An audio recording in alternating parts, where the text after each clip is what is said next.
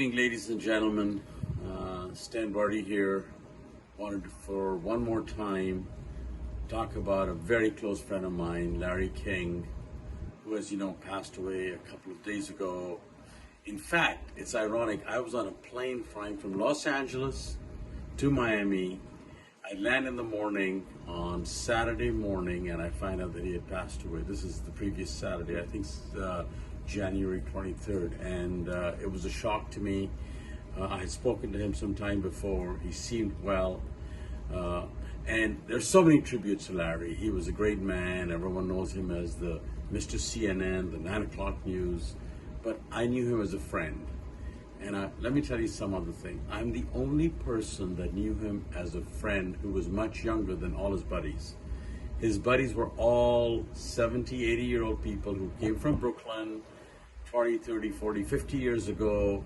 All they did was get together at Nate and Al's, a little breakfast spot on Beverly Drive in Los Angeles, talk about baseball, and in the evenings on Sundays, they'd get together at Craig's, an old Italian kind of restaurant, and I became the youngest member of their entourage, and it was so funny to be with them. We talked about everything, so I have so many good memories about Larry. First, he's probably one of the funniest guys I knew. I know he comes across as serious, but he was really funny. He had a great sense of humor, and sometimes his stories, we got to know them well. He would repeat them, but they were still funny, and they were unbelievable. The second thing about Larry was he was from the old school. When he loved you, he loved you. He never asked me for anything in life. If I said, Larry, I want you to do this, it was done. He became an advisor to Forbes&Manhattan. We traveled all over the world. We were in Moscow, we were in Kiev, we were all over Europe, and sometimes impromptu I would say to Larry, Larry, say a few words, and he was always brilliant.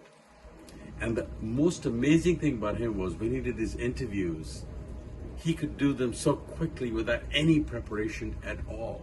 It amazed me. For example, we were in Kiev, and the Prime Minister heard Larry King was in town. He wanted to meet him, and he wanted an interview for Ukrainian television.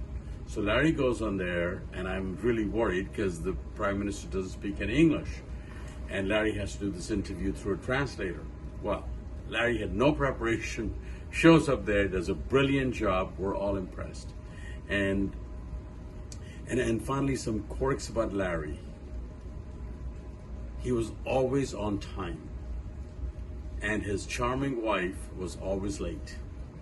So once in a while, he just couldn't stand. He would call me and say, Stan, call Sean, please get her to come down, because he was too scared to call her. We had so much fun going to the dinners, the parties, the speeches. And finally, another thing about Larry, he always wanted to cancel at the last minute. You would call him and say, okay, let's go somewhere. Yeah, I'm there. And last minute he would want to cancel. And I would always have to talk him out of it. Larry, you got to get here. This is important. And the amount of time we spent together.